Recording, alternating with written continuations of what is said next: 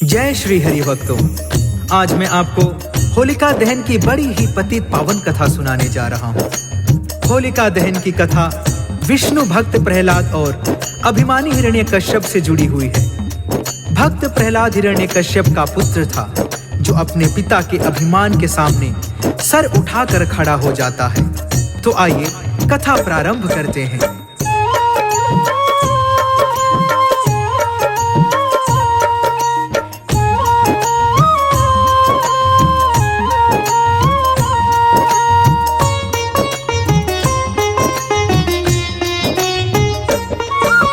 श्री विष्णु भगवान के चरणन शीश नवाते हैं, हाँ शीश नवाते हैं। होलिका दहन के तुमको पावन कथा सुनाते हैं, हम गाथा गाते हैं।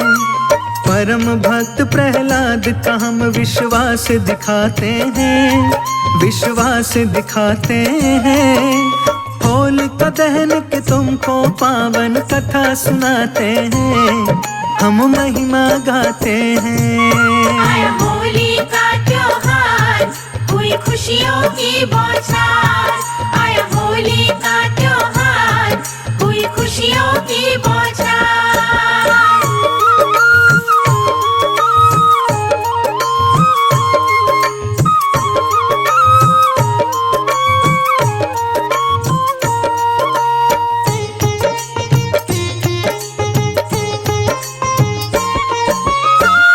दहन की कथा सुनाऊं, सुनो लगा के ध्यान।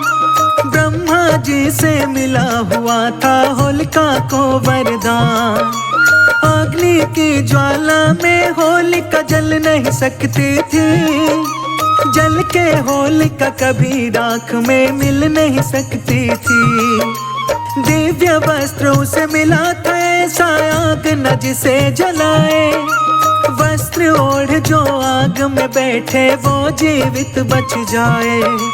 अपने इस वरदान के ऊपर उसे बड़ा अभिमान, जिसके बल पर कर सकती थी वह अग्नि स्नान। फिर भी जल के मरी होलिका सत्य बताते हैं, हम सत्य बताते हैं। होलिका दहन के तुमको पावन कथा सुनाते हैं, हम गाथा गाते हैं। आया होली का त्योहार, हुई खुशियों की बौछार। आया होली का त्योहार, हुई खुशियों की बौछार।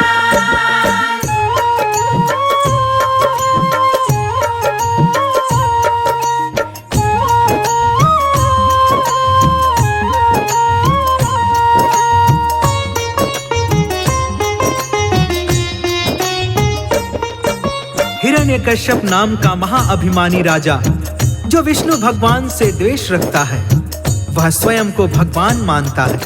उसके राज्य की प्रजा उसको भगवान बोलने पर विवश थी। यदि कोई किसी दूसरे भगवान का नाम ले लेता था तो वह उसकी मृत्यु दंड दे देता था। हिरण्यकश्यप का एक पुत्र था, जिसकी आयु 12 वर्ष के आसपास की ही रही होगी। उसका नाम था प्रहलाद, जो श्री विष्णु का परम भक्त था। हिरण्यकश्यप के हृदय में भरा बड़ा अभिमान, स्वयं को घोषित कर बैठा वह सबसे बड़ा भगवान। उसके राज्य के सारे निवासी डर कर रहते थे। हिरण्यकश्यप को विष्णु से ऊपर कहते थे। उसके राज्य के हर मंदिर में उसी की प्रतिमा थी। देवी देव भगवान से ऊपर उसकी उपमा थी। उसी की पूजा, उसी की अर्चना, उसी का हो गुणगान। हिरण्यकश्यप ही था उनका सबसे बड़ा भगवान। विष्णु भक्त प्रहलाद से अब तुमको मिलवाते हैं, तुमको मिलवाते हैं। होलिका दहन के तुमको पावन कथा सुनाते हैं, हम महिमा गाते हैं। आया होली का त्योहार, हुई खुशियों की बौछार। आया होली का त्योहार, हुई खुशी खुशियों की बौछार।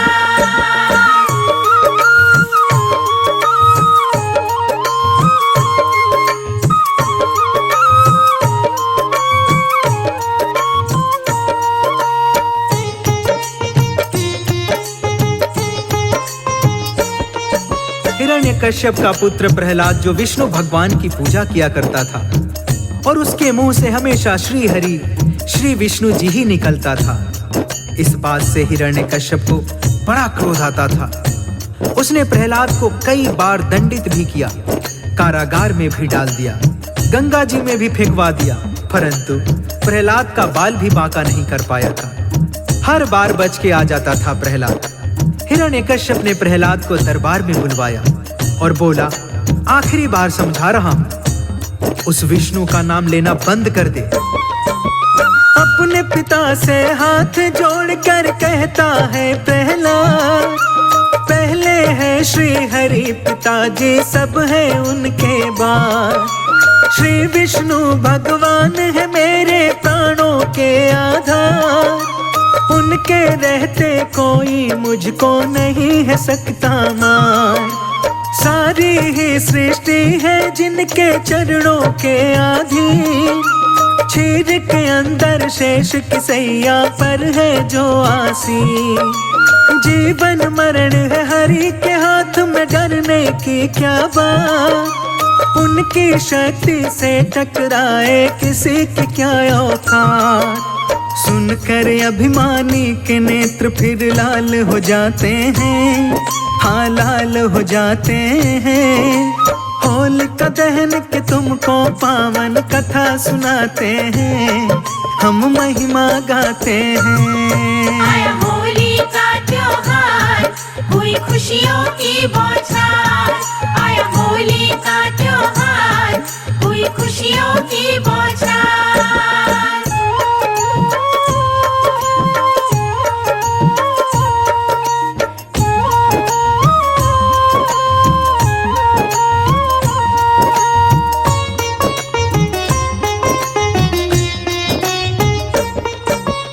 अपने विद्रोही पुत्र की बात सुनकर हिरण्यकश्यप आग बबूला हो जाता है। उसने मन ही मन कोई कठोर निर्णय ले लिया था।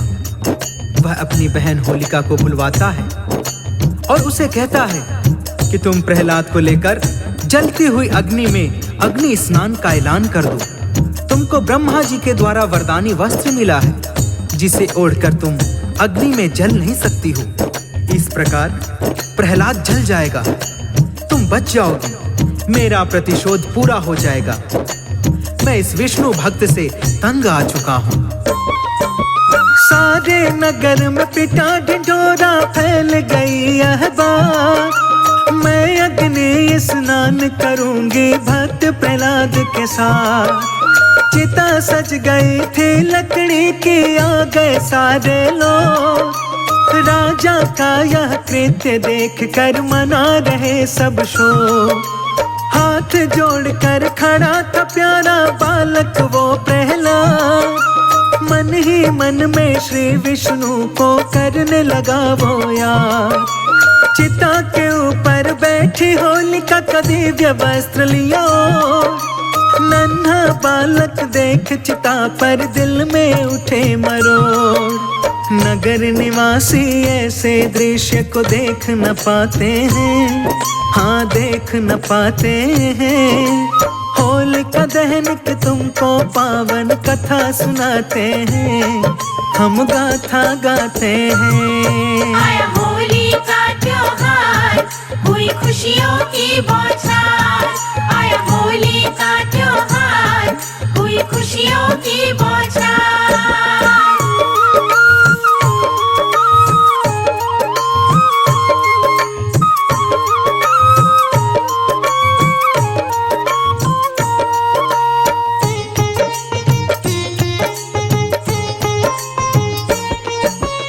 होलिका प्रहलाद को अपनी गोद में लेकर बैठ जाती है।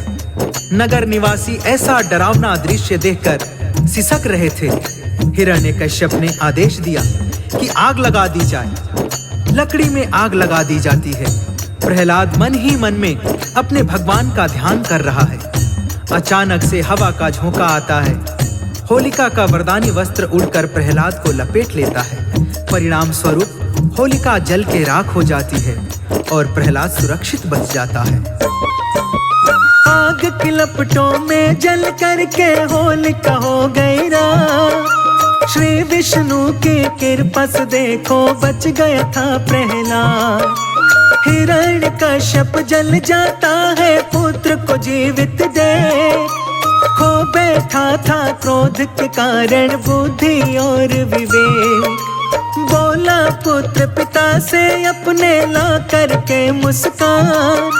मारने वाला है भगवान, बचाने वाला भगवान। बहन आपके जल के मर गई, हो गई जल के राख। अपनी बहन का आपके सिर पर चढ़ा पिताजी पाप। हर संकट से प्राण बचाने श्री हरि आते हैं। हाँ श्री हरि आते हैं। होलिका दहन के तुमको पावन कथा सुनाते हैं। हम महिमा गाते हैं। आया होली का त्योहार, हुई खुशियों की बौछार। आया होली का त्योहार, हुई खुशियों की बौछार।